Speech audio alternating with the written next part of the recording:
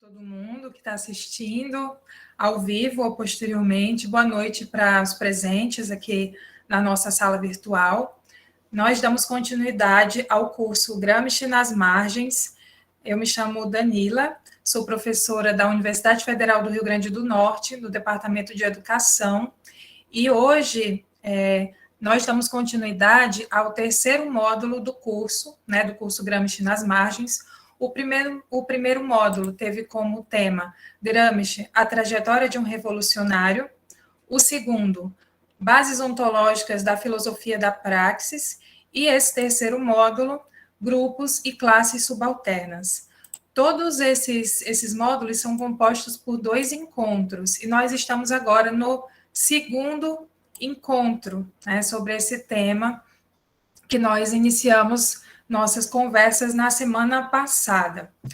E na semana passada nós discutimos um pouco da particularidade da obra do Gramsci, recuperando talvez alguns temas que vocês já tenham tratado e certamente trataram nos módulos anteriores, nesse caráter particular da obra do Gramsci, fragmentada e que vem também a público de maneiras dessa maneira fragmentada, na não integralidade. A gente trabalha e tem trabalhado muito nessa perspectiva de recuperar, a partir da filologia vivente, do Gramsci, a radicalidade da sua obra.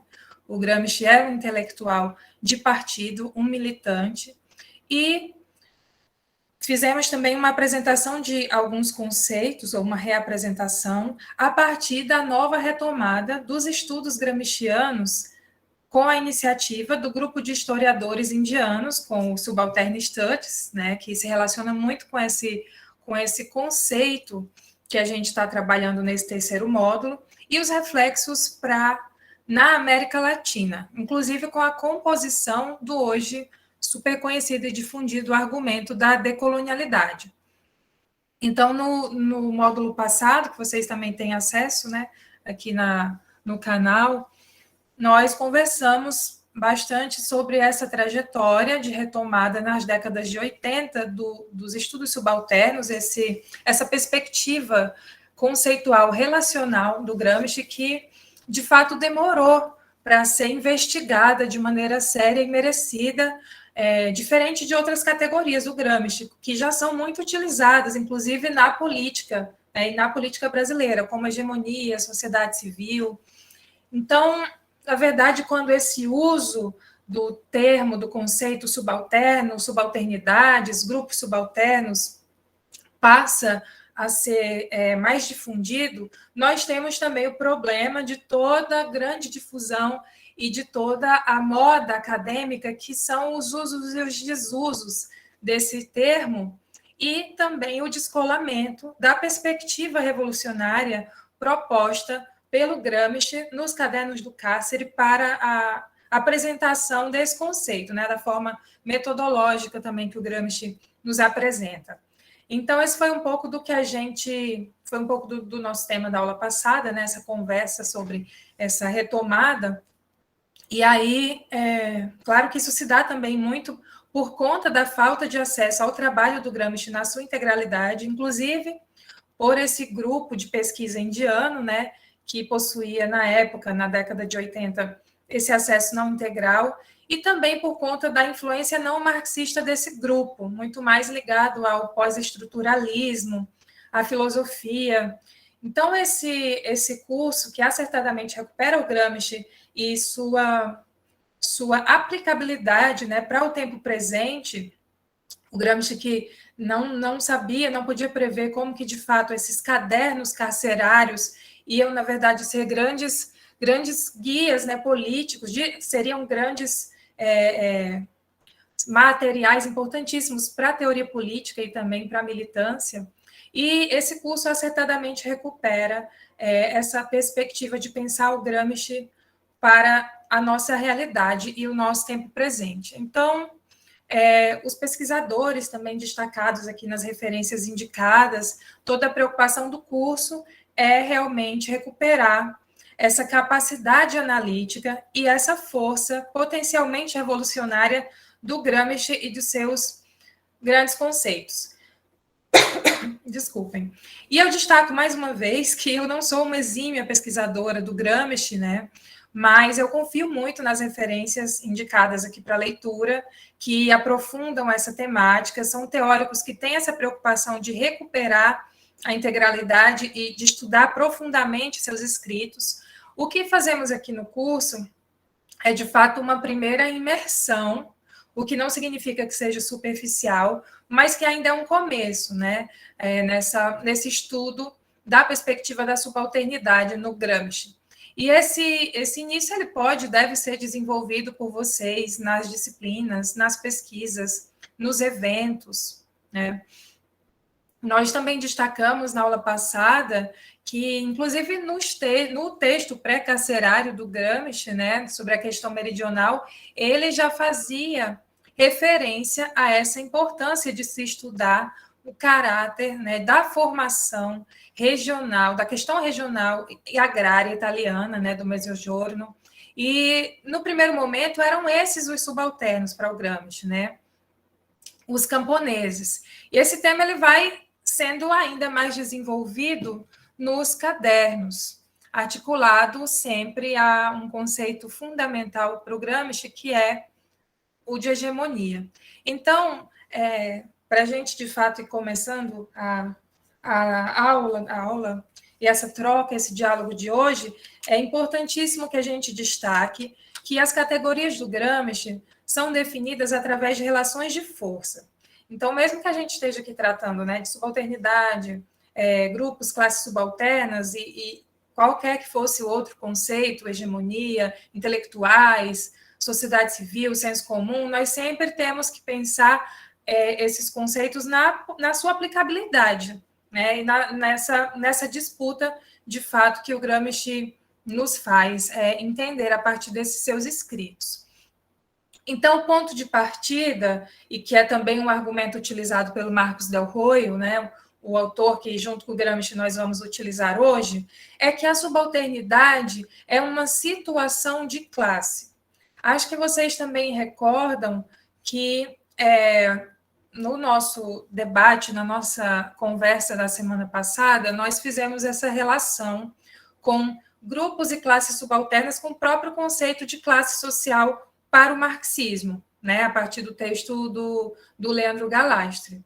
E aí, enfim, pensando também como que o termo, né, e essa concepção cunhada pelo Gramsci sobre classes, grupos e depois classes subalternas tem relação com o alargamento do entendimento do Gramsci sobre classe, né, sobre a classe proletária, em todas as suas articulações, enfim, no seu desenvolvimento, a partir também do desenvolvimento do capitalismo.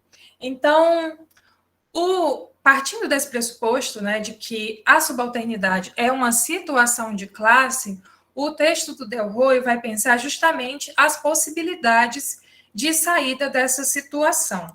Algo que nós concluímos o curso, o módulo passado, o módulo não, a aula desse módulo 3, a primeira, com essa conclusão, né, de que aquela apropriação dos estudos subalternistas indianos e também latino-americanos, relacionados com uma perspectiva também de estudos culturais, né, tem relação com essa deixada de lado dessa preocupação de pensar possibilidades outras de disputa por uma outra hegemonia. Então, esse texto vai responder a essas ausências, né? Esse nosso debate de hoje também fazendo referência, claro, ao texto próprio do Gramsci, que está aqui nesse caderno, né, no volume 5, no caderno 25. O Del Roio, ele vai, nesse texto de título Gramsci, a emancipação subalterna, ele vai pensar justamente essas possibilidades de saída dessa situação, pensando também como que, na verdade, a partir da perspectiva da subalternidade, o Gramsci se relaciona muito com o pensamento do Lênin de frente única, algo que a gente também adiantou um pouco na aula passada. ele vai destacando logo de pronto que a obra do Gramsci tem esse caráter mesmo, né, de ser uma obra em movimento, um trabalho sempre, um work in progress da obra, né, e seus conceitos têm relação com esse movimento da história, da economia, da política. E o Gramsci ele vai pensar sempre a partir da perspectiva italiana, mas não como forma de particularizar e de fazer com que seu pensamento, sua obra sirva somente para aquele contexto. Mas ele vai pensar justamente essa relação entre o nacional e o internacional, o distanciamento dos intelectuais italianos em relação ao povo, a reforma da educação, o senso comum, o folclore e as representações dos humildes nessas notas literárias. Então, esse tema da subalternidade no Gramsci, apesar de estar no caderno 5, né, nessa edição brasileira do Carlos Nelson Coutinho, ela também dialoga bastante com o caderno 2, né, que fala sobre os intelectuais. Então, a gente hoje vai fazer algumas referências também ao volume 2, desculpe. Bom, esses grupos, tanto no próprio caderno 25, como no texto do Del Roio, são indicados como como nada homogêneos. São sempre referidos ao Gramsci no plural, né? Como vocês podem ver logo de início, As Margens da História, História dos Grupos Sociais Subalternos, esse caderno de 34, logo na parte que o Gramsci destaca os critérios metodológicos, ele fala: a história dos grupos sociais subalternos é necessariamente desagregada e episódica. É indubitável que na atividade histórica desses grupos existe tendência à unificação, ainda que em termos provisórios. Mas essa tendência é continuamente rompida pela iniciativa dos grupos dominantes e, portanto, só pode ser demonstrada com o ciclo histórico encerrado, se este se encerra com sucesso. E ele ainda destaca que os grupos subalternos sempre sofrem a iniciativa dos grupos dominantes, mesmo quando se rebelam e insurgem.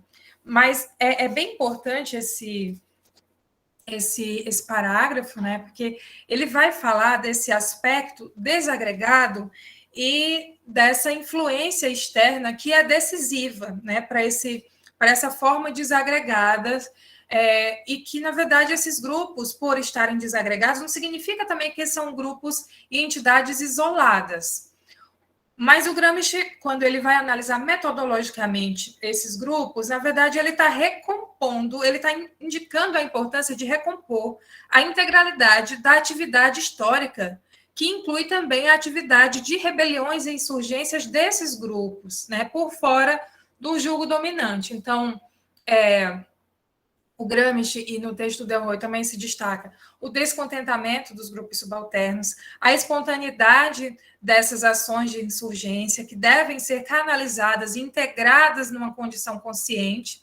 Então, toda a preocupação do Gramsci, e também recuperada aqui no texto sobre a emancipação dos subalternos, do Del Roio, tem relação com a pergunta, que é como os subalternos saem da subalternidade.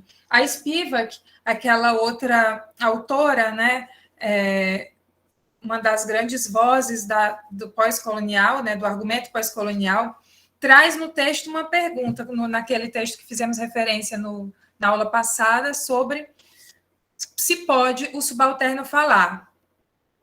E, ao que parece, lá nos escritos da Spivak, se faz muita referência ao sujeito subalterno em uma individualidade, e não nessa possibilidade, né, de rebelião, de insurgência, de condição coletiva e consciente. Então, o Gramsci devolve a pergunta, né? Hoje é como se o Gramsci e o Del Roio devolvessem a pergunta para aquele debate que a gente fez na aula passada.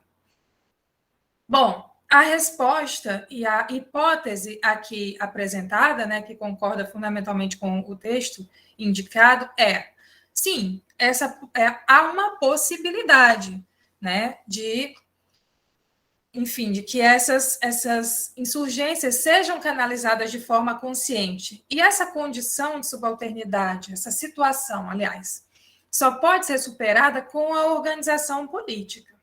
E aí, essa organização política tem que ser, tem que ser fundamentalmente popular. Então, individualmente, não, o subalterno não vai poder falar.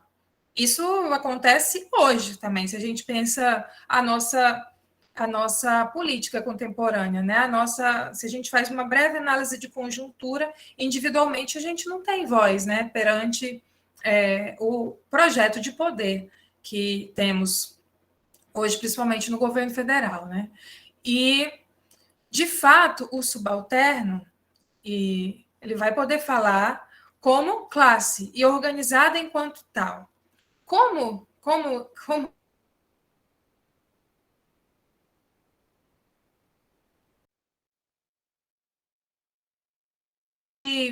nessa época também existia a perspectiva do individualismo, de, enfim, como se pode inserir, então, coletivamente, em contraponto a iniciativas individuais nas relações de força, né? E o Gramsci indica que essa organização, né, enquanto coletivo, demanda dirigentes. E aí a gente lembra mais uma vez, nesse caderno, a perspectiva de dirigente de partido do Gramsci aparece com muita força. E é o que mais se esconde, né, quando se fala da perspectiva de subalternidade. É muito difícil que a gente encontre um texto que recupere, por exemplo, os estudos pós-coloniais e os estudos subalternos e discuta partido, formação de partido, a necessidade de organização de dirigentes, de intelectuais orgânicos, de partido da classe trabalhadora. Então, nesse sentido, o Gramsci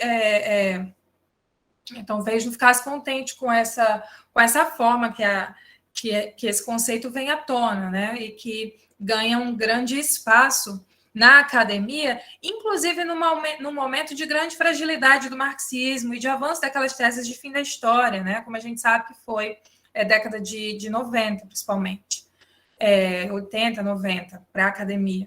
E aí, como que se dá essa organização, essa dirigência, né?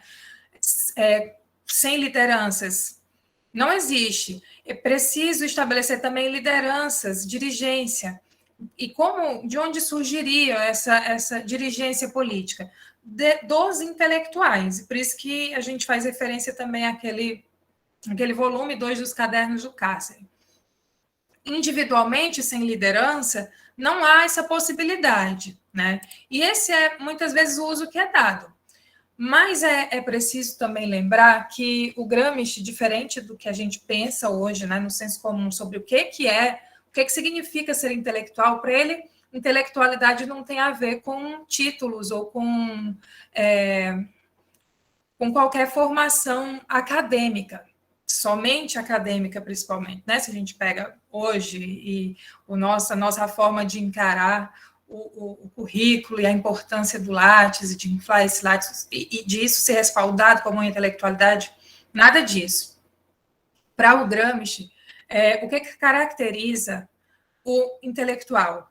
É a capacidade de organização e de direção política, né? Como esses intelectuais, então, nascem? A partir de uma concepção de mundo e de uma concepção própria. Por isso que ele recupera, desde o título, a necessidade da história integral, né? E da história que contemple também esses grupos, porque essa concepção de mundo e a partir da crítica e a consciência que nessa concepção de mundo nós pertencemos a uma determinada classe é condição fundante para essa capacidade de organização. Então, nós pertencemos a uma determinada classe. Contudo, não é algo automático, né? A gente não é porque faz parte da classe trabalhadora que nós também teremos a consciência de classe, mas essa consciência, na concepção própria de mundo, que cria os intelectuais orgânicos. E essa consciência, obviamente, faz relação com a própria historicidade e suas concepções. Bom, nós sabemos que, para falar de intelectuais, nós também falamos em política, né? E esses intelectuais, mesmo hoje, também nesse período que o Gramsci escrevia na Itália, se relacionava essa casta de intelectuais também com a casta, né, com os políticos, com quem está na política, né? Então, quem são esses intelectuais da política? O Gramsci pergunta um pouco nesse sentido. Eles pensam na coletividade, né?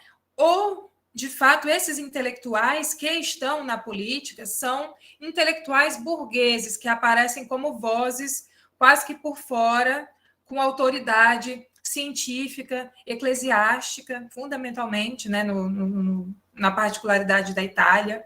E ele vai explicando, né, na verdade, a ligação entre partidos, classes intelectuais, né, ao longo do volume 2, e aqui ele recupera um pouco dessa discussão no volume 5.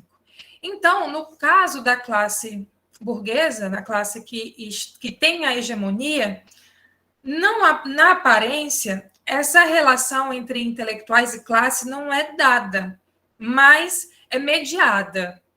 É mediada pelos órgãos da opinião pública, que não se expressam como partidos, mas que são, de fato, os partidos, né? A gente hoje poderia pensar, por exemplo, nas mídias, na televisão, enfim. Todos esses lugares também de exercício e de manutenção de hegemonia. Então, ao mesmo tempo que, né, se não tem essa relação automática entre ser trabalhador e se entender o interesse das classes trabalhadoras, esses trabalhadores são deixados de fora do terreno das disputas políticas, né? Bom, ainda existe também essa ideia, aí, na época que o Gramsci escreve, que hoje continua a ser propagada, essa ideia pré-concebida de que determinados homens e mulheres, né, eu estou aqui me referindo o gênero masculino somente por conta dos vícios da nossa língua portuguesa mesmo, mas eu estou me referindo à humanidade. Então, determinados homens e mulheres não podem estar e não podem fazer política, né? E nesse sentido eles são apassivados, não sei se existe essa palavra, mas aí está o apassivamento, de fazer com que os subalternos permaneçam na sua subalternidade. Então, vocês estão entendendo um pouco dessa ligação entre política, intelectuais, classes, né? E todas as suas frações, incluindo as frações subalternizadas, e que assim são deixadas de lado, não são passivas, é importante isso, elas sofrem apassivamento porque não podem disputar o terreno da política, porque não têm, de fato, esse direito a terem vozes, né? Então, essa perspectiva de apassivamento é a que impera, né? E também a que é recuperada na perspectiva individual nos estudos culturais. Por exemplo, nos espaços sociais, esses indivíduos subalternos não encontram espaço para a sua própria fala. Isso é colocado como uma questão nos textos do Said, da Spivak, do Ranajit Gurra, do grupo subalternista latino-americano, que se transforma, né, nos decoloniais, em todas as suas vertentes. Então,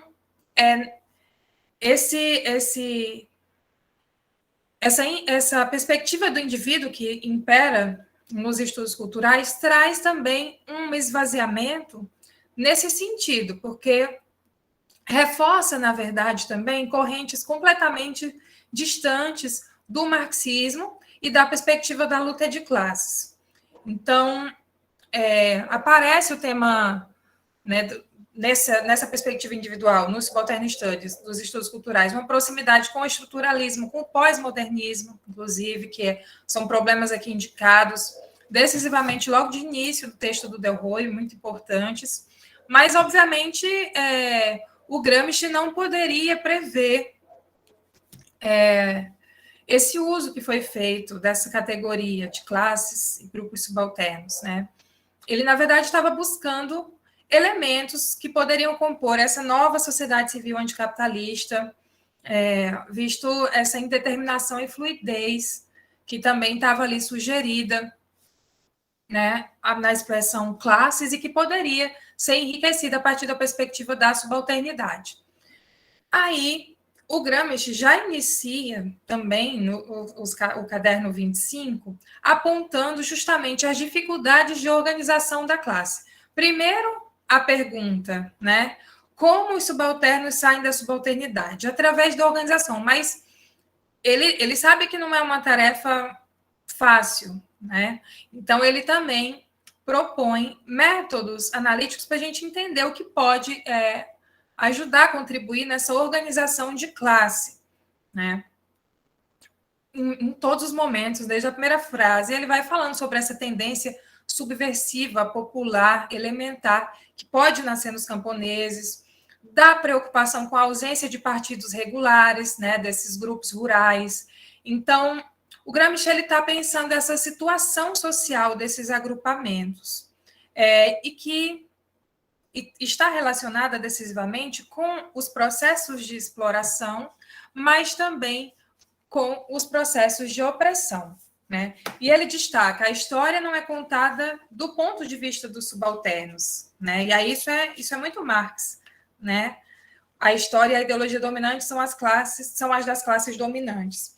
E ele vai dizendo, inclusive, no caderno 25 tem uma parte interessante, né, que ele indica que, com frequência, na página 138, os grupos subalternos são originalmente de outra raça, outra cultura, outra religião, em relação aos dominantes, né? E muitas vezes é uma mistura dessas raças, como ele vai falando aqui no caso dos escravos, e depois vai falar sobre a unidade histórica das classes dirigentes, que acontece no Estado, mas, né, se a história é só a história oficial dessa formação do Estado burguês, obviamente ela não vai contemplar a história dos grupos subalternos. Então, aqui o Gramsci também está destacando o caráter de classe do Estado, que é um tema importantíssimo aqui também, e que cai muito no desuso, quando a gente vê como o Gramsci foi propagado, né, por outros intelectuais, inclusive da política, como Norberto Bobbio, né, para pensar o tema de Estado e sociedade civil. Bom, e aí ele vai falando, né, sobre essa dificuldade mesmo de se uniformizar e de se acumular essa experiência em movimentos orgânicos. E ele está pensando, de fato, na criação de uma nova hegemonia. Por isso que é esse par relacional, né? Agora, o que ele está também pensando? O porquê da derrota da Revolução Socialista Internacional. E aí, essa preocupação com o porquê da derrota, para que a gente, né, possa, enfim, realizar uma revolução vitoriosa, internacionalista, coloca, assim como colocava para Lênin, a diversidade nacional em primeiro plano.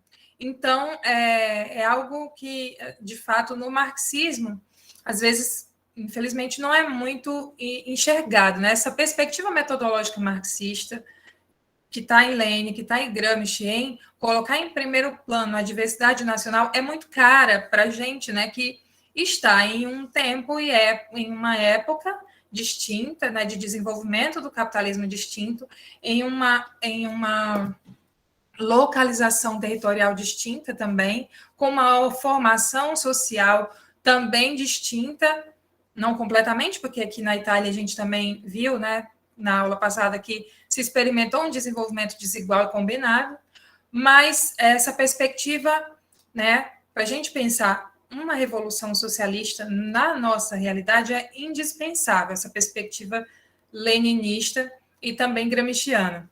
Então, essa era a busca do Gramsci até o final da sua vida, entender a derrota para pensar uma estratégia de vitória, né, e de ascenso revolucionário, claro. Então, ele passa a buscar as razões da derrota do Bienrosso, os novos caminhos para a revolução socialista na Itália e no mundo, e ampliando esse seu ângulo de visão, encarando novos e sempre mais complexos problemas, né, que eu estou fazendo uma referência direta ao texto do Del Arroyo, o Gramsci jamais deixou de conceber a centralidade do trabalho na reprodução da vida social. Isso é muito importante também para a gente pensar essa leitura acertada do Gramsci na perspectiva que a gente está trazendo aqui, né, da subalternidade. Tanto a centralidade do trabalho na produção e na reprodução da vida social, como da fábrica, né, nesse momento, da reprodução da fábrica na reprodução do capital, ainda que algumas leituras do Gramsci pretendam o contrário, que ele realmente não dava essa centralidade à reprodução do trabalho, a centralidade do trabalho na reprodução da vida social.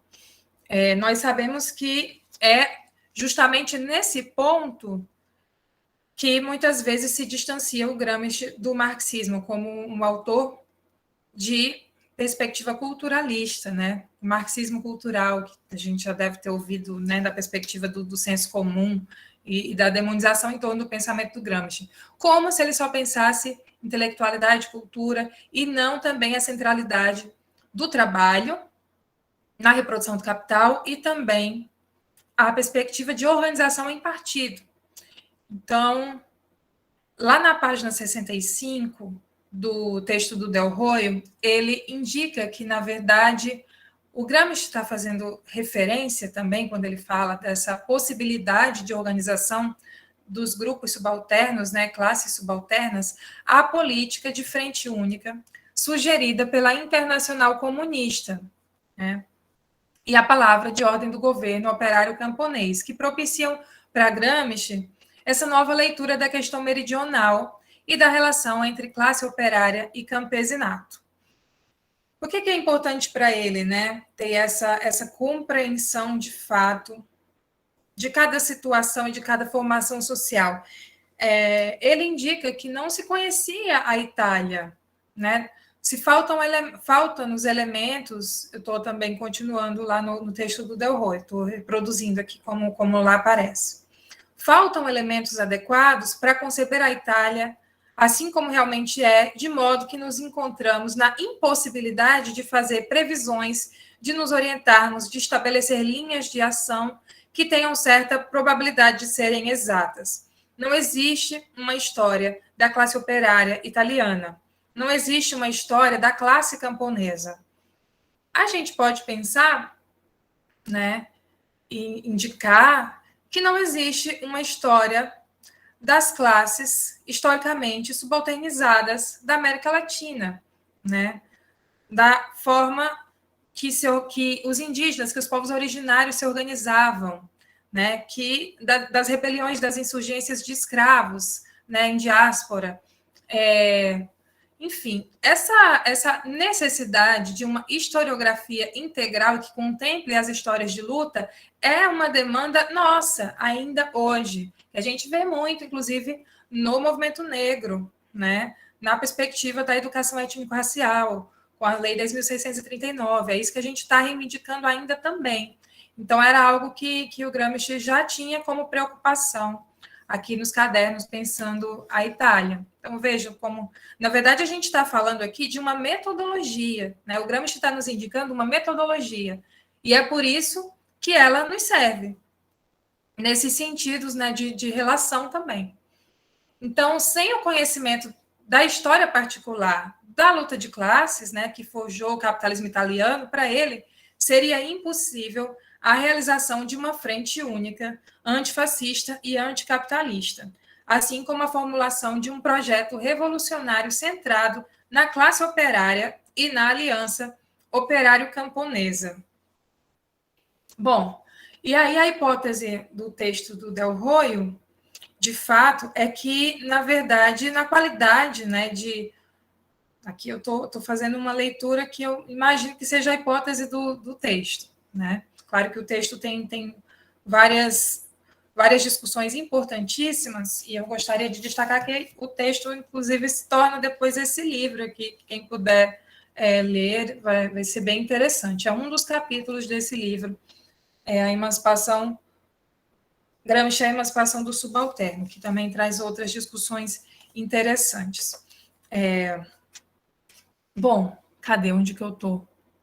Sim, na qualidade de deputado comunista e de principal dirigente do PCI, Gramsci encontrava-se, então, tomado, essa é a hipótese do texto, pelo empenho de desenhar a estratégia de frente única para a Itália, que deveria encontrar na Aliança Operário-Camponesa o núcleo gerador da Revolução Socialista.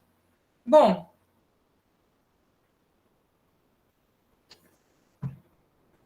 a fórmula política da Frente Única foi a chave para que o Gramsci não só traduzisse Lênin para a particularidade da Itália, estou reproduzindo ainda esse trecho lá do texto do Del Roio, que está na página 66, mas também para que ele pudesse encontrar em um novo lugar para o campesinato na estratégia revolucionária.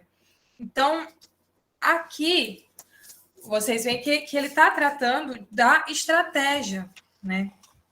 E esse sujeito revolucionário de peso, né, tão importante quanto ao peso econômico-demográfico, na forma com que o Gramsci o apresenta posteriormente nos cadernos do Cáceres, é colocado num conjunto denominado como classes subalternas.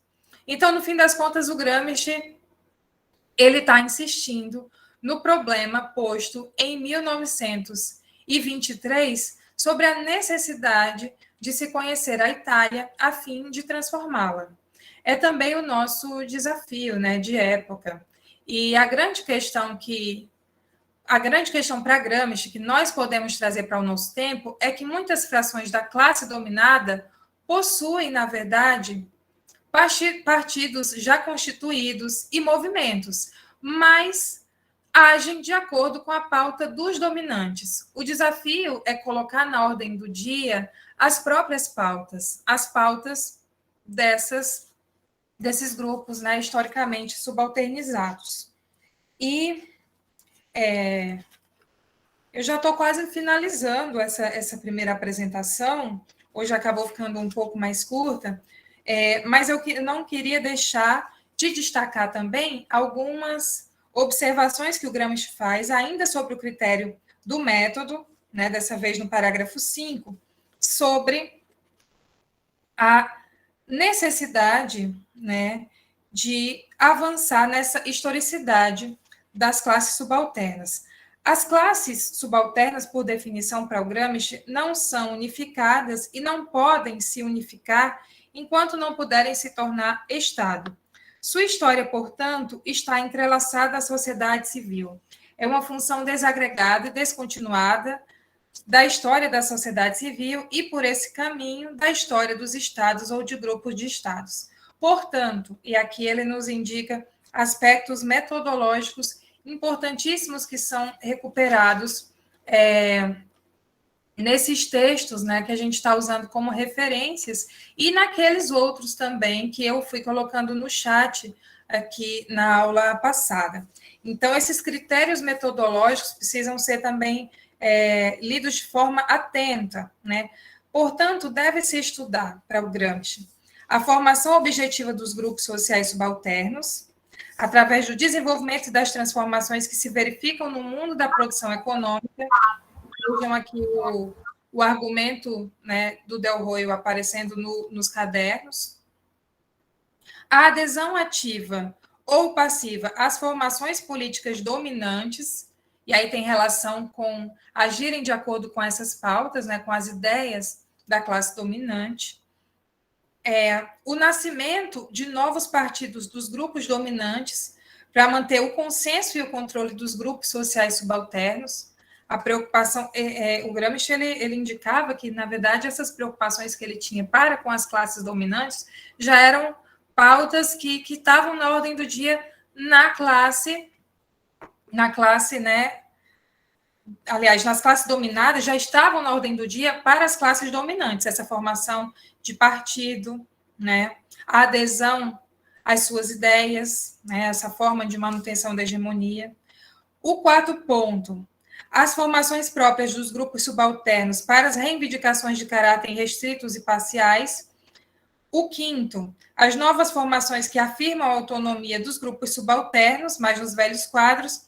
E o sexto aspecto, né, que deve ser estudado nessa perspectiva metodológica, sobre as formações que afirmam a autonomia integral.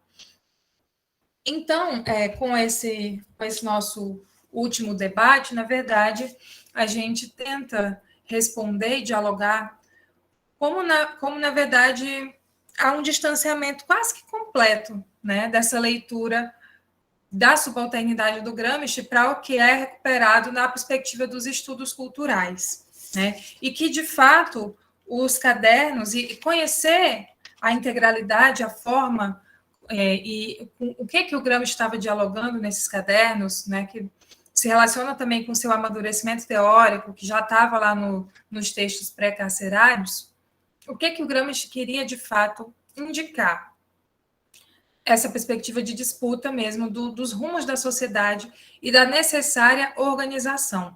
Então, nada pode parecer mais distante do pensamento do Gramsci quando a gente recupera essa perspectiva dos estudos sobre subalternidade do que afastá-lo da perspectiva de ser realmente um homem preocupado em formar quadros, né, em formar partidos, e preocupado justamente com essa formação intelectual de intelectuais orgânicos das classes trabalhadoras em disputa nos rumos da sociedade, né? Bom, acho que por enquanto é isso. Hoje, de fato, eu não cheguei a 1 hora, mas por hora era o que eu gostaria de destacar dos textos, certo? E a gente pode partir para os nossos debates, para as nossas perguntas, tanto em relação a esse debate de hoje, como também com o passado, com o da aula passada. Obrigada, Daniela. Imagina. A gente tentou fazer aqui, né, pelo que eu estou vendo aí, você tentou fazer um passeio aí pelos pontos principais, e é importante, né, tentar entender o que Gramsci estava tentando propor, né, do ponto de vista histórico, né, ele já começa fazendo a crítica a essa visão histórica linear, né, positivista e determinista e fatalista, e justamente recuperando o caráter ativo, né, do elemento ativo da história, e dentro dessa contradição, né, tentando aí também demonstrar as possibilidades históricas, né, não só as dificuldades da contradição, mas também as possibilidades, né, não só os limites, mas as possibilidades. Possibilidades essas, né, que vão se complexificando aqui no conjunto do texto, na medida que ele vai desdobrando. Por isso que eu digo que o Gramsci, a gente aprende dialética lendo os textos, né, porque ele vai sempre complexificando e mostrando sempre o movimento de avanços e recuos, de limites e possibilidades, né. E aí eu já queria abrir aqui no chat para quem quiser fazer alguma pergunta para a Danila, né, a partir dos elementos que foram abordados aqui sobre classes e grupos subalternos, né, que o Gramsci vai ampliando, e fomentar aqui o debate, né, acho que tem muitos elementos aí que eu acho que a gente pode aproveitar que a Danila está aqui para desdobrar, né, a gente desdobrar aqui em conjunto. Então, eu vou fazer uma pergunta, enquanto o pessoal vai articulando aí, processando, né, organizando o pensamento para poder fazer uma pergunta, em relação ao que você colocou na semana passada, e nessa, né, você já começa falando do texto da Spivak, que, né, ali no texto ela já coloca a impossibilidade, né, faz a pergunta sobre o subalterno, se pode falar, mas ao mesmo tempo coloca o limite como se fosse a realidade concreta, né? Enquanto o Gramsci vai num outro viés, mostrando justamente, se contrapondo a esse viés de uma linearidade histórica que colocaria numa fatalidade o lugar, né, das classes e grupos subalternos. E aí você afirmou na sua fala que o indivíduo, ele não pode falar. E o Durkheim, numa perspectiva positivista, ele também afirma isso. O indivíduo diante da sociedade, diante do fato social, ele não pode falar, né? Ele não pode se contrapor, ele vai ter problemas, né? E você continua que somente em coletivo é que se pode realmente subalterno falar. Mas aí você segue uma sequência na sua fala, né? que esse coletivo, nesse caso, que é o que pode falar, é o partido, e que são as lideranças nos intelectuais que vão ser as lideranças e vão dar a dirigência desse coletivo. Ou seja, nessa visão, o subalterno não poderia falar, porque se são as lideranças, os intelectuais que podem falar, né, é como se eles fossem os porta-vozes dos grupos subalternos. Então, em que momento realmente o subalterno pode falar, né, numa perspectiva realmente gramsciana, que não é fatalista, mas é histórico-dialética, né, nessa relação intelectual e dirigentes e dirigidos, né, que é o que ele vai desenvolver no conjunto dos cadernos, né, especialmente no caderno 12 que você citou. Chegou uma pergunta, né, também aqui do, acho que é Weber, desculpa se eu estiver falando errado, né, mas ele pergunta, os parabéns aí pela tua exposição, e pergunta como pensar o processo de apassivamento dos filhos da classe trabalhadora através da escola, né? É possível construir análises nesse sentido? Então, acho que para começar essas duas, né, a gente fica aqui aguardando, esperando aqui que cheguem mais questões para a gente poder pensar e desenvolver aqui, ok? Então, fica à vontade. Sim, tá ótimo, já começamos bem. Acho que alguém levantou a mão, não sei se a gente abre agora, porque aí pode se relacionar ou complementar com, né, com a pergunta pode que foi fechar esse feita. bloco aqui com essas três, né? Antônio, você quer falar? Quero sim, Jolie. Estão me ouvindo? Sim. Sim, muito obrigado pelo curso, obrigado, Danilo, pela exposição. A minha pergunta acho que vai mesmo no sentido da pergunta da Joeline e do colega Webert. O que é falar? Quando a gente está falando, pode o subalterno falar? O que a gente está querendo dizer com essa expressão falar? Eu li Pode o Subalterno Falar da Spivak, mas tem muitos anos. E o que eu tinha entendido a voz pode sair da nossa boca, mas isso não altera uma vírgula da realidade. Era nesse sentido que eu havia compreendido a fala, como aquilo que muda a realidade e não apenas por exemplo, quando faz uma audiência, convida todo mundo para expressar, mas a decisão já foi tomada a quatro paredes, entre poucas pessoas. A pessoa está iludida que está participando, como é a democracia parlamentar, mas, na verdade, as grandes questões não entram para jogo. Então, essa é uma pergunta. A outra pergunta que não é bem o nosso tema, mas como a gente está falando da Spivak, ela é fatalista.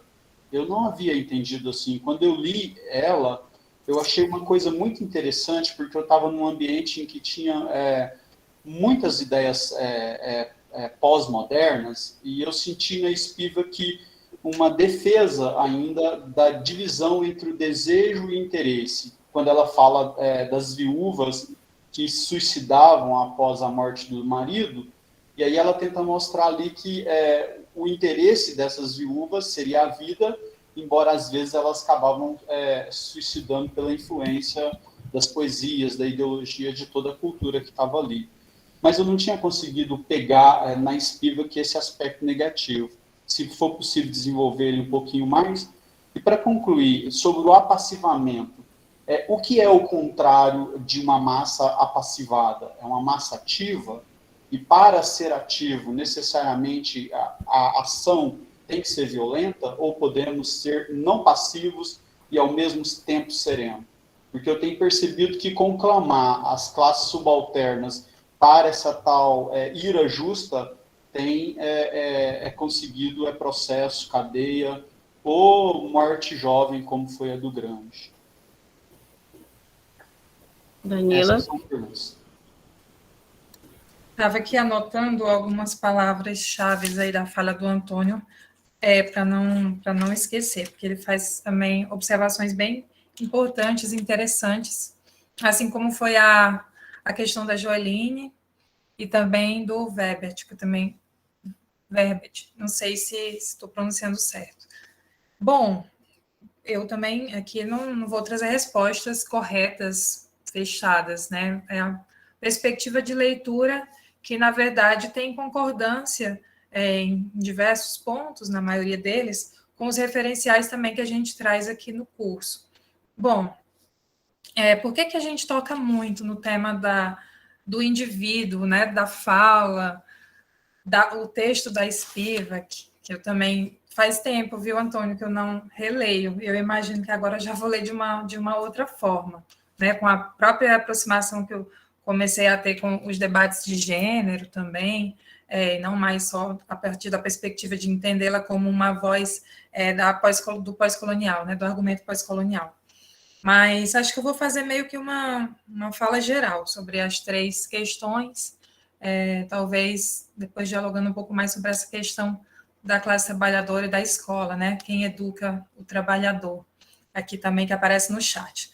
Bom, a Joeline faz uma provocação interessante sobre a perspectiva, se a gente não pode falar na individualidade, né? Como que seria essa fala, essa organização para colocar de fato a ordem do dia, colocar na ordem do dia as próprias pautas dos grupos subalternos. E aí, aqui nos aparece, tanto nas discussões passadas como nessa, que o Gramsci indica a necessidade de organização em partidos, né, em partidos em luta, nessa disputa da hegemonia, dos rumos da sociedade. E esses partidos necessariamente têm uma composição, né, que, na verdade, tem relação também com as estratégias adotadas por esses partidos. Aqui, na referência que a gente usa hoje, fundamental, que é o texto do Del Roio, a gente está falando sobre a constituição do Partido Revolucionário para o Gramsci, o Moderno Príncipe, e da estratégia de alianças, né? Alianças que têm relação com a composição dessa frente única, que é uma estratégia, né? Uma das elaborações da Internacional Comunista, enfim, que podem, na verdade, pensar a partir de outros contextos, né, de formação social, e aí isso serve muito para a gente pensar, por exemplo, como um guia de tática para os países semicoloniais. Né? Também isso muito se fala, né? As teses gerais sobre a questão do Oriente, a Frente Única Proletária e a aplicabilidade, né, dessa tática em países imperialistas. Será que ela é adequada para os demais? Ou seria a Frente Única anti-imperialista? Então, esses são debates que são presentes, né, nessas discussões da Internacional Comunista da época, e para o Gramsci ele tem um alinhamento com o posicionamento do Lenin, né, que, na verdade, nós precisamos elaborar uma tática de frente única proletária. Né? Uma frente única anti-imperialista não nos interessa, ao fim e ao cabo, para essa disputa, né, dos rumos da sociedade. Então, isso significa dizer que a gente tem possibilidades, né, de composição dessa frente única que não dialogam com determinados estratos, né, nacionais de burguesia, mesmo que sejam progressistas, né, em algum momento, mesmo que sejam anti-imperialistas. Esse debate assim, é muito marxismo na América Latina, né, muito aquela transposição do debate que a gente tem em 20 e 30. Serve muito para a gente pensar frente única proletária, frente única anti-imperialista, sobre como foi realmente a recepção do marxismo na América Latina naquele debate marcante que foi o do Mariátegui, Guevara de la Torre, no Peru, enfim, que vocês também já estudaram, já tiveram essas discussões nas aulas dos cursos passados, né, sobre marxismo na América Latina, não só com o Mariátegui. Então, o texto do Del Roio sugere aqui o seguinte: existe essa necessidade para o Gramsci de organização coletiva no Moderno Príncipe, né, num partido. Esse partido também é composto por uma intelectualidade dirigente, né? E aí é preciso, na verdade, fazer com que essa intelectualidade seja composta, né, por integrantes desses grupos subalternos. Por isso que o Gramsci tem essa leitura dos intelectuais como com essa capacidade de organização e de direção, né, a partir dessa concepção de mundo. Então, ele vai indicando essas possibilidades de apropriação crítica de formação de mundo. O primeiro passo, conhecimento da história integral, né? Conhecimento de como, na verdade, essas relações de força de composição do Estado italiano se estabeleceram. E como esse tema não aparece em várias dimensões, né? Aí ele vai falar da cultura, enfim, do folclore, e aí ele também está, na verdade, debatendo com a concepção de espontaneísmo, né? Ou seja, ele indica que os grupos subalternos, eles têm uma história desagregada e assim também são as suas rebeliões, as suas insurgências, são espontâneas, não tem esse caráter cumulativo, né? Enfim, de possibilidades de organização duradouras. Então, é como se não tivesse vitória, porque é uma coisa espontânea que depois se acaba, porque até sobre essas rebeliões espontâneas, eles estavam sob a tutela da classe dirigente. Então, para ele, era necessário se organizar coletivamente e se organizar também permanentemente, porque senão não ia se enxergar essa atuação, né, essa disputa. Então, para ele era necessário haver essa dirigência, e essa dirigência dos partidos estaria, aí de acordo com a tática de frente única proletária, estaria realmente nas mãos do operariado, que era quem tinha essa acumulação histórica de como, de fato, estabelecer essa liderança, né, essa organização. Então, seria, de fato, sob a direção proletária, né, essa frente única. E aí a gente pensa, mas então não vai ter voz se tem dirigência? Mas, na verdade, nenhum partido tem essa formação espontânea, né? Todos os coletivos que a gente conhece, inclusive hoje, tem lideranças, né? Até em termos organizativos mesmo, práticos. Então, a gente precisa pensar em não cair também num tipo de espontaneísmo se a gente não consegue se organizar em torno de um partido. Mas aí, é claro, a gente depois poderia fazer cursos e cursos sobre os problemas, né, da burocratização dos partidos, né, dos partidos comunistas, inclusive, e o Gramsci, ele está analisando em um outro sentido, numa perspectiva realmente muito alinhada da do Lenin. E aí, sobre a coisa da fala, né? Acho que se o subalterno pode ou não falar, e essa referência com a Spivak que a gente faz desde a aula passada. Na verdade, o Gramsci aqui no texto, ele não utiliza tanto, não sei se estou errada, se estou sendo traída pela memória. Mais do que fala, ele fala na atuação, né, na disputa, nessas relações de força. Afinal, lembram que todo o conceito que o Gramsci apresenta nos cadernos está em movimento. Então, na verdade, é a apropriação posterior que se faz dessa perspectiva subalterna para determinados contextos, e aí para o contexto indiano, né, que utiliza muito somente a perspectiva, né, da fala e não da atuação. Então, isso, na minha leitura, Antônio, não quer dizer que a Spivak é fatalista, mas significa muito mais indicar que não é uma preocupação da autora, desculpa, essa disputa dos rumos da hegemonia, de estabelecer realmente uma outra hegemonia sobre a direção proletária. Tem relação muito mais com a corrente que ela se identifica, com o contexto que ela está escrevendo, com o que ela está almejando aqui também. Ela está discutindo e está provocando muita gente. Esse texto pequenininho aqui faz rebuliço até hoje, né, nas nossas aulas, nos nossos projetos, né, quando a gente se junta para ler. Mas não era uma preocupação dela, a mesma do Gramsci, se organizar num partido para disputar os rumos da sociedade, para avançar na construção de uma revolução socialista internacional. Não é. E essa diferença, de fato, enfim, é uma diferença estratégica que vai resultar, se cristalizar numa diferença política com Gramsci, em última instância. E aí não é só a Spivak, que é o grupo indiano todo. São alguns intelectuais decoloniais hoje, né, que não são alinhados com essa perspectiva de necessária transformação da sociedade via revolução, via processo revolucionário.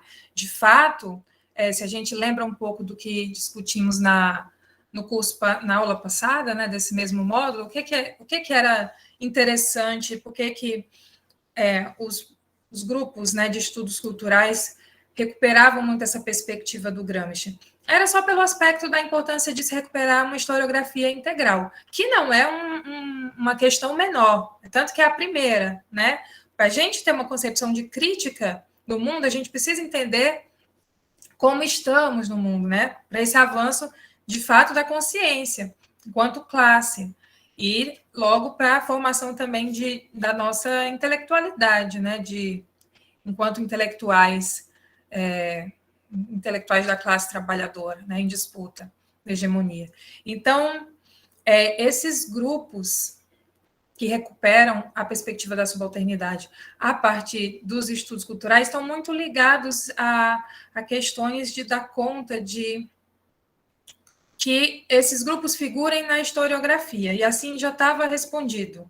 É meio que a preocupação hoje com as pautas identitárias, né, que às vezes, não estou dizendo que são pautas que não são importantes, inclusive para o avanço da transformação da sociedade, a gente sabe que racismo, machismo, patriarcado são sustentados pelo capitalismo, mas essas perspectivas, se são apartadas, né, da disputa, da luta de classes, elas caem numa perspectiva pós-moderna, que a gente vê que ao fim e ao cabo, a conclusão política de muitos, né, que estão ali se debruçando sobre os estudos culturais, e a forma com que a subalternidade, a perspectiva da subalternidade, da decolonialidade, às vezes, né, chegou primeiro assim para a gente.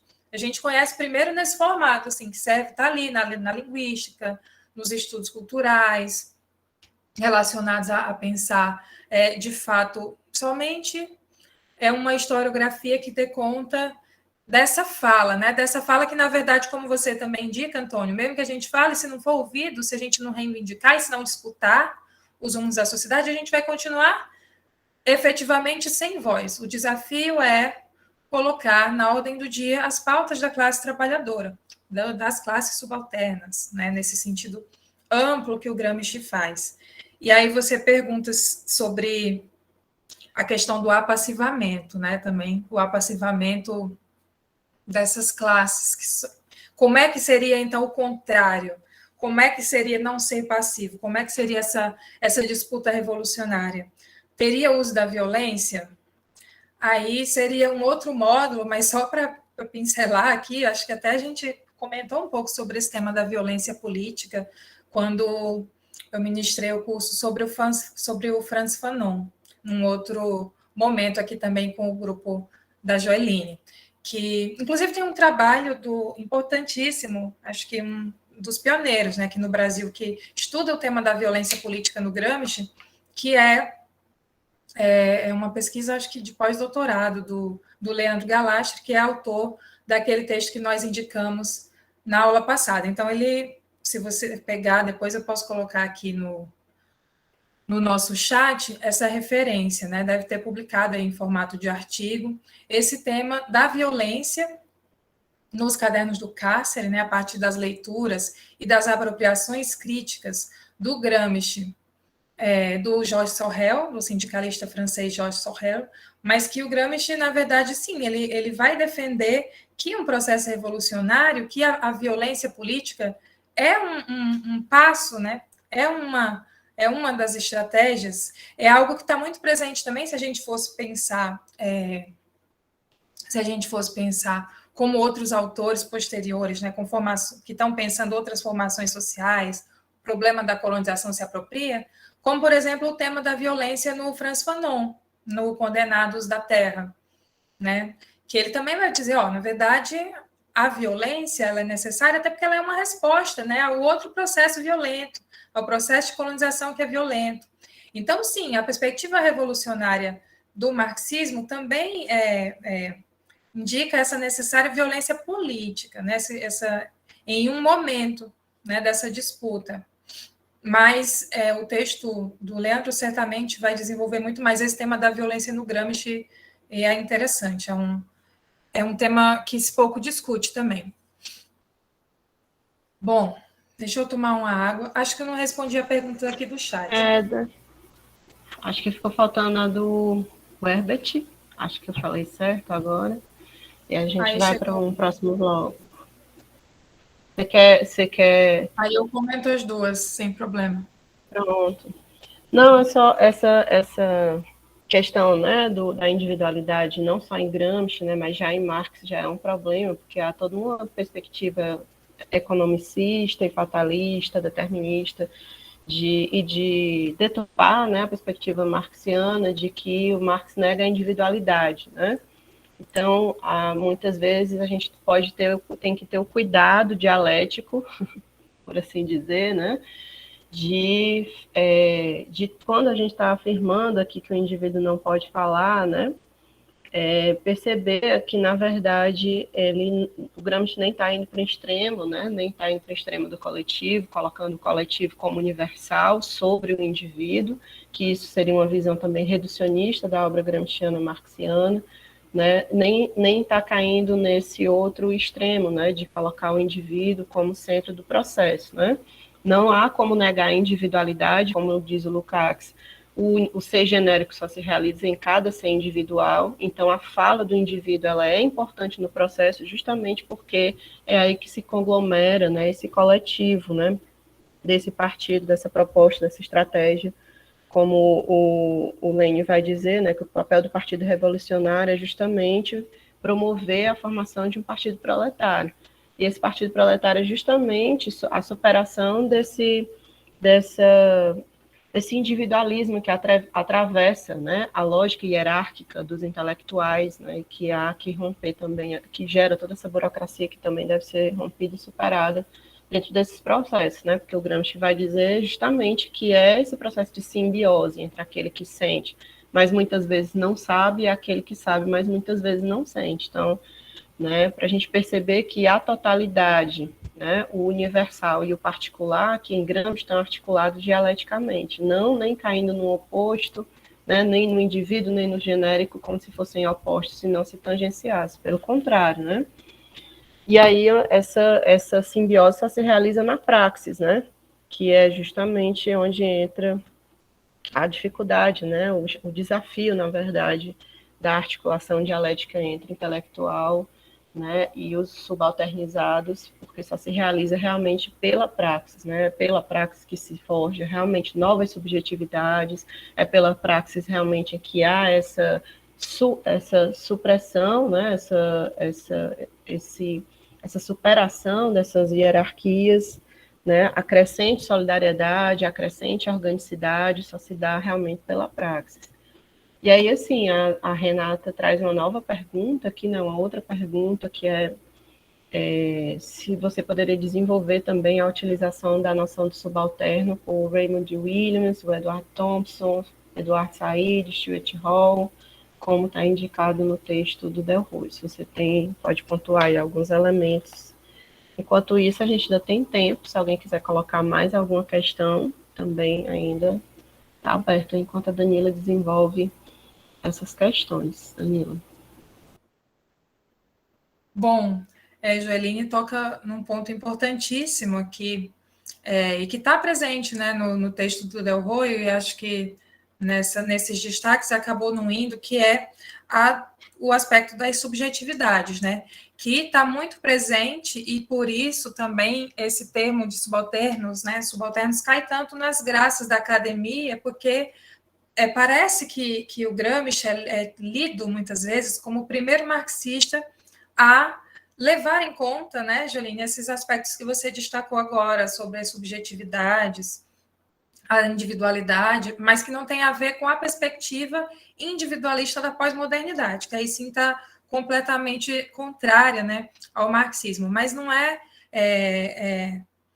de fato menor a importância do aspecto subjetivo nessa perspectiva de estudos das subalternidades no Gramsci.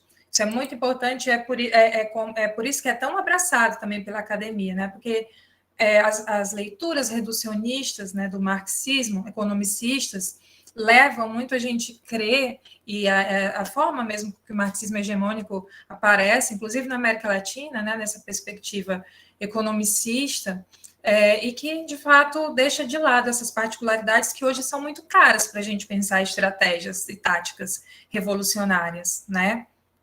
E aí eu sempre penso nas perspectivas de opressões mesmo, né?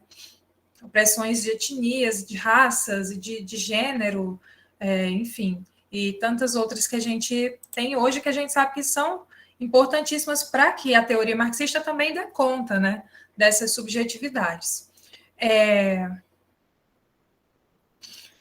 Deixa eu ir aqui pela ordem, que eu não tinha respondido sobre como pensar esse processo de apassivamento da classe trabalhadora através da escola.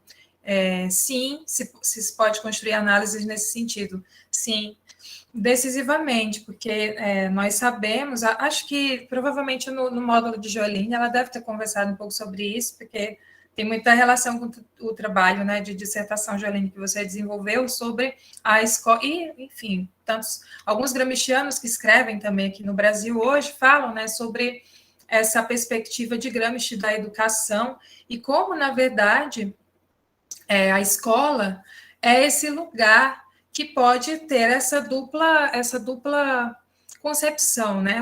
Uma concepção, na verdade, de apassivar e de pensar que não existe outra possibilidade de organização da sociedade, como, numa perspectiva outra, também pode tem essa potencialidade de disputar é um lugar importante de disputa, né, dessa hegemonia, né, no campo da formação mesmo de uma perspectiva crítica de mundo e que trabalha em prol da emancipação da classe trabalhadora.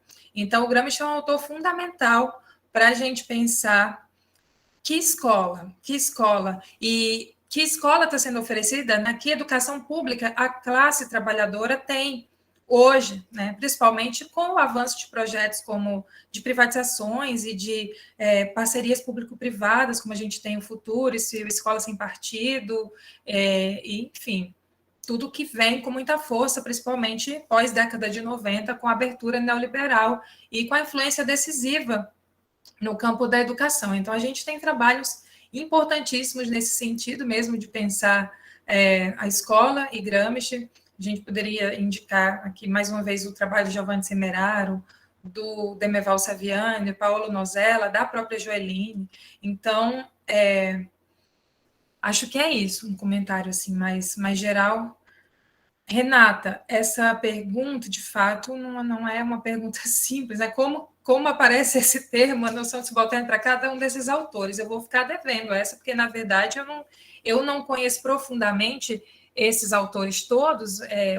O que eu li, né, na época de tese, um pouco mais profundamente, foi o Said, mas, mesmo assim, não tão profundamente, né? A gente tem acesso, principalmente, à obra Orientalismo, e o Stuart Hall também como aquela tríade, né, junto com Homi Bhabha, e que se junta a Spivak para pensar realmente a expansão da teoria pós-colonial mais próxima aos estudos culturais e multiculturais. Agora, o Delroy está fazendo aqui uma... Mas vai ter. O Delroy está fazendo aqui, na verdade, logo no início do texto, né, ele vai falar de algumas perspectivas teóricas que estão muito distantes do que o Gramsci pensou e onde que elas aparecem, né? Ele vai falar fundamentalmente aqui, ele vai fazer uma crítica à perspectiva pós-colonial e como, na verdade, a perspectiva pós-colonial, apesar de ter essa preocupação política com esses processos, né, que parecem, à primeira vista, serem muito particulares de uma cultura de um povo, mas que tem a ver com imperialismo. Mas a leitura do imperialismo desses autores, né, às vezes fica faltando justamente essa leitura sobre o imperialismo. No Said, no Stuart Hall, talvez o Said um pouco menos, apesar dele ser um autor que realmente se diz, ele não sei se se diz como antimarxista, mas não utiliza a perspectiva marxista.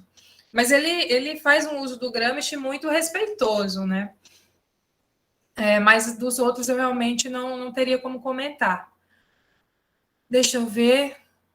E Antônio A faz última uma do outra Antônio pergunta. Marcos. Sim. Quem seria o moderno príncipe no Brasil hoje? Se não há nenhuma referência, algum projeto em desenvolvimento nesse sentido?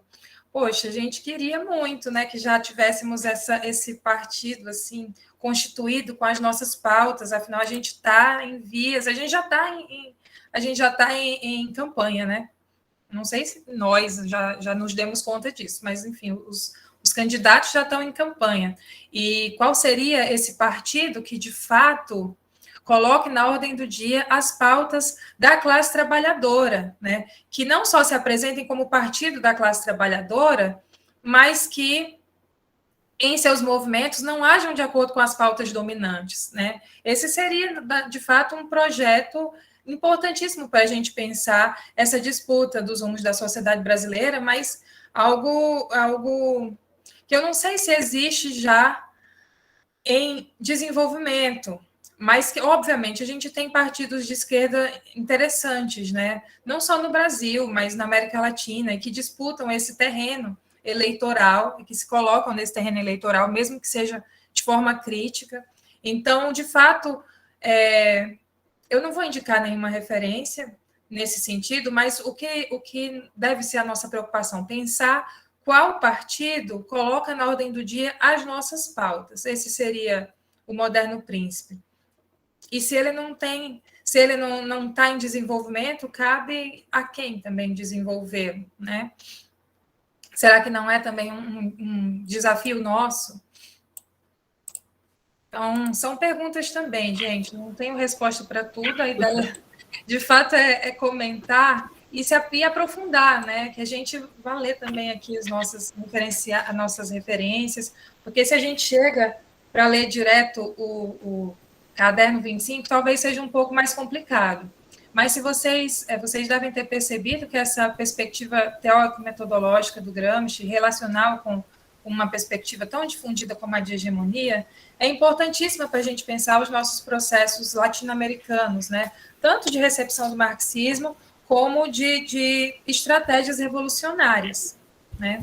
Então, dialoga muito com o tempo presente e dialoga muito com a nossa formação, com as particularidades da nossa formação econômico-social. Então, para mim, é muito interessante que novos trabalhos estejam, né, mais acessíveis e que tragam essa recuperação crítica e uma recuperação revolucionária dessa situação, né, de subalternidade no Gramsci. E o Gramsci vai ampliando, né, essa concepção de partido, né, ele, no próprio caderno 25, ele faz a distinção, né, entre o Estado no mundo antigo, o Estado medieval, o Estado moderno, e como na constituição, né, dessa nova forma de ser, o povo vai se constituindo cada vez mais como partido, não se limitando a essa perspectiva de partido, né, de legenda parlamentar, mas ampliando aí para as classes e grupos subalternos, né, que é o nosso tema aqui de hoje, que também desemboca aí na perspectiva do intelectual orgânico, que a gente vai ter um módulo sobre os intelectuais e a organização da cultura. Eu acho que vai ser um tema, vai ser o último módulo, né, com o Giovanni Semerari. Vai ser interessante também recuperar, né, esses elementos que a gente está abordando aqui hoje para debater lá adiante, e como essa concepção de partido mais ampla do Gramsci, né, que vai além desses espaços restritos dentro do próprio Estado, né, o Gramsci, inclusive, nos cadernos, ele coloca esse espírito inventivo, né, das classes subalternizadas, como deve envolver, criar os seus próprios espaços, né, para que o Estado se torne desnecessário. O Estado ele só é superado se ele se tornar desnecessário, na verdade, né, não só ser tomado, mas também tornado desnecessário. Então, os partidos é também a criação de novas formas de ser, de novos tipos de organização, né, como ele vai colocar aqui, que o Estado moderno se aglutina, que se articula entre Estado e sociedade civil no Estado moderno, mas à medida que se busca a criação de novos espaços, você também vai minando essa centralidade do Estado, que é o que ele vai dizer, que nesse Estado moderno é que há realmente uma centralidade, né? Então, eu acho que né, a gente, nesses 2 encontros, né, foi muito profícuo para colocar esses elementos aqui das classes e grupos subalternos e já apontar caminhos aí para discutir Estado, sociedade civil, que são os próximos módulos, né? E intelectual orgânico e partido, como a gente já começou a discutir hoje. Então, eu não sei se a gente tem mais alguma pergunta, se alguém quer fazer mais alguma colocação, né? Se não tiver, a gente já vai se caminhando aqui para o final, né? Agradecer aqui a Danila e pedir para ela, se tiver e queira, né, fazer aí as considerações finais. Bom, já estou de olho, já quero assistir o módulo do Semerário, que é, enfim, uma referência, né, para a gente pensar essa leitura, né, de grupos subalternos, de educação, de movimentos populares do Gramsci para o nosso tempo presente. Acho e parabenizo, assim, mais uma vez a iniciativa do grupo coordenado aqui pela Joeline, com essas formações, que, como eu destaquei, pelo menos aqui nesse módulo, né, não esgota esses debates, mas nos apresenta ele e a gente tenta apresentar com essas referências mais próximas, né, dessa preocupação com a filologia vivente do Gramsci possíveis. Então, eu espero que vocês tenham ficado curiosos para ler mais sobre esses temas, né, sobre esse tema dos grupos e das classes subalternas, como essa apropriação tem sido feita aqui na academia, que levem essa perspectiva crítica também para essa leitura e que a gente possa difundir o legado do Gramsci da forma mais fiel e radical possível, né? Que aí está a vitalidade e a atualidade do Gramsci, na sua perspectiva mesmo de necessária superação da sociedade capitalista.